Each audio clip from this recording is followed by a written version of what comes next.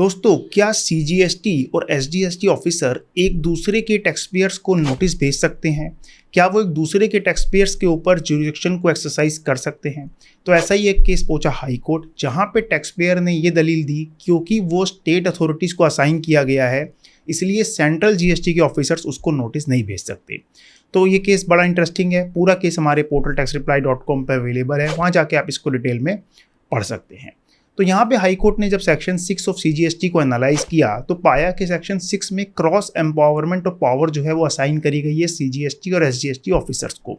यानी कि CGST officer अगर चाहे तो किसी एसजीएसटी ऑफिसर के टैक्स पेयर को नोटिस भेज सकता है, और एसजीएसटी ऑफिसर अगर चाहे तो सीजीएसटी ऑफिसर के किसी भी टैक्स पेयर को नोटिस भेज सकता है।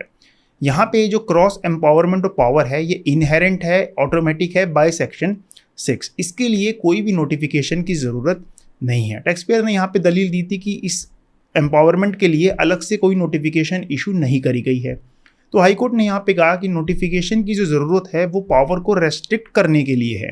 यानी कि अगर गवर्नमेंट को कहीं पे पावर रेस्ट्रिक्ट करनी है, जैसे कि रिफंड के केसेस में, तो वहाँ पे पावर रेस्ट्रिक्ट की जा रही है कि भाई आप उसको नोटिस नहीं भेज सकते, उसके ऊपर जुरिडिक्शन जो है वो एक्सरसाइज नहीं कर सकते। जहाँ पे नोटिफिकेशन इशू नहीं करी गई है वहाँ पे ये पावर इनहेरेंट है, ऑटोमेटिक है by virtue of section 6 of CGST act. तो यहाँ पे हाई कोर्ट ने नोटिस को क्वैश करने से मना कर दिया और नोटिस को वैलिड करार दिया है।